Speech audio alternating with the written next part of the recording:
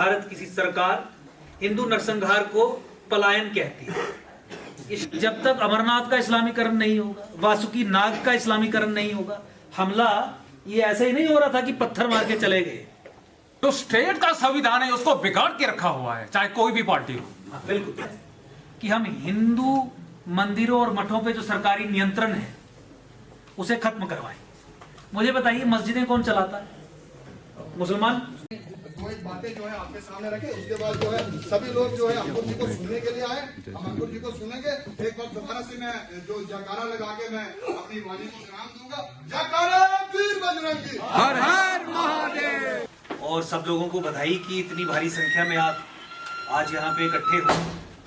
हमारा बहुत उत्साहवर्धन होता है जब ऐसे क्षेत्र में जाते हैं जहाँ पे इस्लामिक आतंकवाद हो या इस्लामिक अलगाववाद हो, और खासकर ऐसे जियोपॉलिटिकली सेंसिटिव एरिया में जिसका एक इतिहास रहा हो। वहाँ पे जिन लोगों ने लोहा लिया ऐसी कुरीतियों के खिलाफ, जो हमारे राष्ट्र पे, हमारे धर्म पे, हमारे धर्म पे कुठाराघात हो रहे हैं, मामले में तो बसता है। जब तक अमरनाथ का इस्लामीकरण नहीं होगा, वासुकी नाग का इस्लामीकरण नहीं होगा, हमला ये ऐसे ही नहीं हो रहा था कि पत्थर मार के चले गए। वासुकी नाग मंदिर पे अगर हमला हुआ तो उसके पीछे की पृष्ठभूमि बहुत बड़ी है। जब तक वैष्णो देवी जी का इस्लामीकरण नहीं होगा, सनातन का इस्लामीकरण कैसे हो? देवभूमि हिमाचल में जितने भी हमारी देव भूमि में जो हमारी स्थान है, शक्तिपीठ है, जब तक उनका इस्लामीकरण नहीं, जब तक हरिद्वार का, केदारनाथ का, बद्रीनाथ का, मां गंगा का इस्लामीकरण नहीं होगा, तब तक सनातन का इस्लामीकरण नहीं होगा, तब तक भारत का इस्लामीकरण नहीं होगा। और हिमालय का इस्लामीकरण डायरेक्ट टारगेट है। हिमालय के इस्लामीकरण से ही सनातन का इस्लामीकरण होगा, क्योंकि सनातन का पालना है हिमालय। सनातन संस्कृति, सभ्यता, धर्म हिमालय में ही बसता है। और हिमालय के इस्लामीकरण के लिए उन्होंने कहा उत्तर भारत का इस्लामीकरण इंपॉर्टेंट है, नॉर्थ इंडिया का इस्लामीकरण इंपॉर्टेंट है, और नॉर्थ इंडिया के अंतर्गत जम्मू संभाग का इस्लामीकरण क्रिटिक। उधमपुर के कुछ हिस्सों, जब भी वहां पे जाते हैं तो वहां की जनता से जब भी बातचीत होती है, मुलाकात होती है, तो एक हमारे अंदर भी एक साहस उत्पन्न होता है।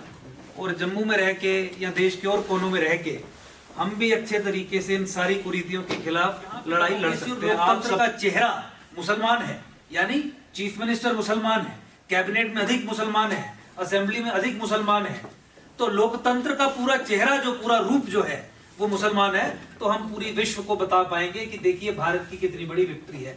यही सबसे बड़ा धोखा और यही पीठ में छुरा घोंपने वाला काम 1947 में भारत की सरकार ने हमारे साथ कर दिया, जम्मू संभाग के लोगों के साथ कर दिया। इस अरेंजमेंट में, इस अनहोली अलायंस में, इस कॉन्ट्रैक्ट में ये निहित था कि जम्मू संभाग के लोग जो राष्ट्रवादी हैं वो कश्मीर की कॉलोनी मात्र बन के रहेंगे। जैसे हिंदुस्तान, भारत अंग्रेजों की कॉलोनी था, आपने सुना होगा अंग्रेजी में शब्द इस्तेमाल करते हैं कोलोनलिज्म, तो कॉलोनी था, वैसे ही जम्मू संभाग को कश्मीर की कॉलोनी बना दिया कि हम हिंदू मंदिरों और मठों पे जो सरकारी नियंत्रण है उसे खत्म करवाएं। मुझे बताइए, मस्जिदें कौन चलाता है? मुसलमान। चर्च कौन चलाता है? क्रिश्चियन। गुरुद्वारे कौन चलाता है? सिख। वैष्णो देवी का मंदिर कौन चलाता है? गवर्नमेंट। अमरनाथ कौन चलाता है? गवर्नमेंट। वहां से इकट्ठा होने वाला पैसा क्या हिंदुओं के, सनातन के सशक्तिकरण के लिए खर्च होता है? बिल्कुल नहीं। हज की सब्सिडी देने के लिए होता है? हाँ। इफ्तारी और ईदी की पार्टियां देने के लिए होता है? बिल्कुल। वैष्णो देवी श्राइन बोर्ड में मुसलमानों को सरकारी नौकरी देने के लिए होता है? वहां का जो वैष्णो देवी श्राइन बोर्ड का जो पैसा है, जिस पैसे से वहां पे नारायणा हॉस्पिटल बना है, क्या हिंदुओं का मुफ्त या फ्री या सस्ता इलाज होता है? बिल्कुल नहीं। फ्री तो छोड़ दीजिए, सस्ता होता है? बिल्कुल नहीं। क्या बीपीएल परिवार का सस्ता होता है? बिल्कुल नहीं। अगर हिंदुओं के पास अपने मंदिरों और मठों का नियंत्रण आएगा तो सनातन और हिंदुओं के लिए वो हिंदू जो उन मंदिरों और मठों को चलाएंगे, अच्छा सिस्टम डाल के, चाहे वो इलेक्शन के माध्यम से हो, वो हिंदुओं और सनातन के सशक्तिकरण के लिए कार्य करेंगे कि नहीं करेंगे? बिल्कुल। क्योंकि उनका कार्य तो वही होगा। ये तो मुस्लिम संतुष्टिकरण के चलते ये सारा पैसा डाइवर्ट किया जाता है। तो गुरुकुल बनेंगे कि नहीं बनेंगे?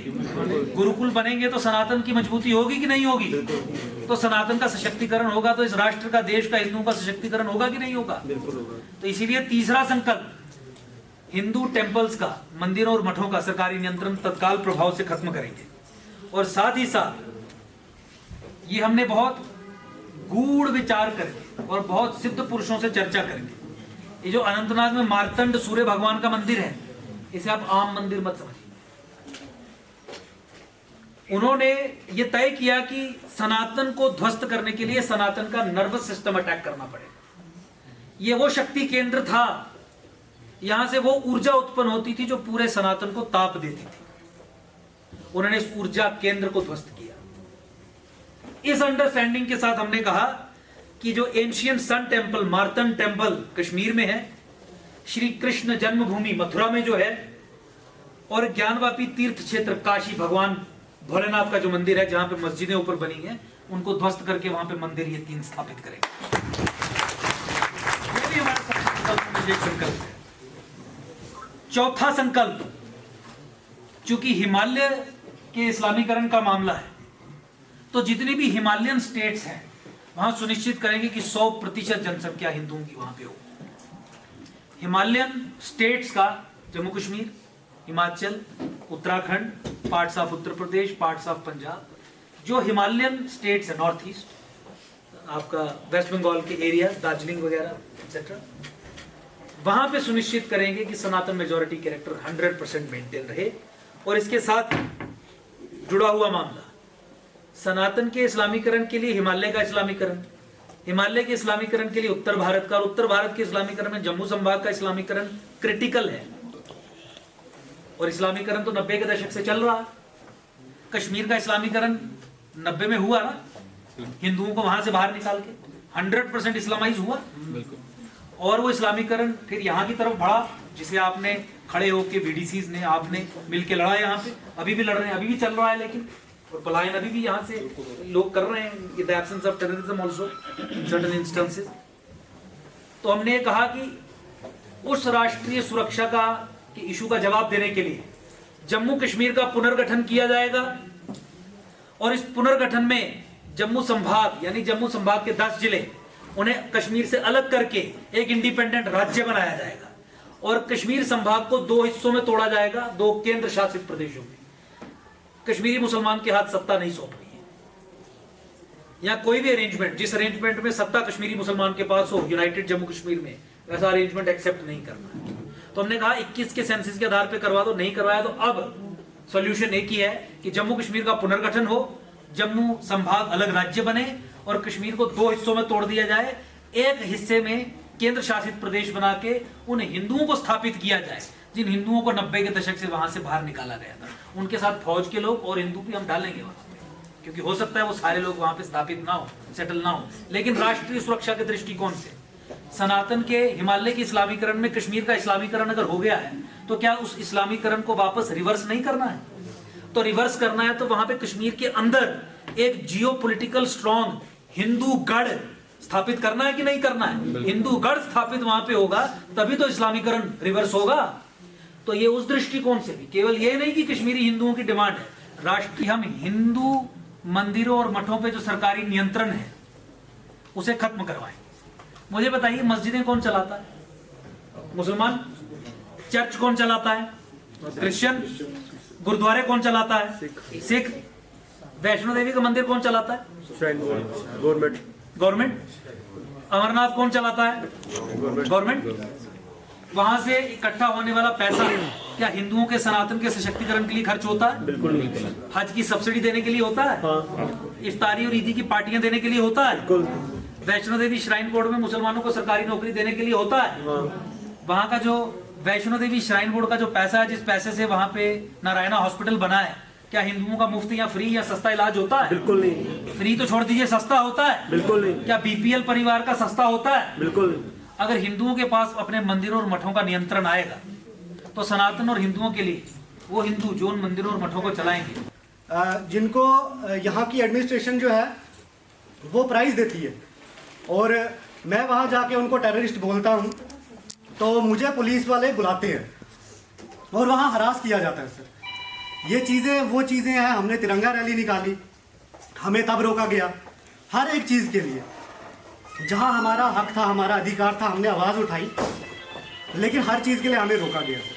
तो अभी हम लोगों की आपसे यही आशा है कि हम लोग आपके साथ जुड़ रहे हैं, तो आने वाले समय में हमारा जो अधिकार है, जिस बात के लिए हम आवाज़ उठाएंगे, तो हम आशा रखते हैं कि आप हमारा साथ देंगे।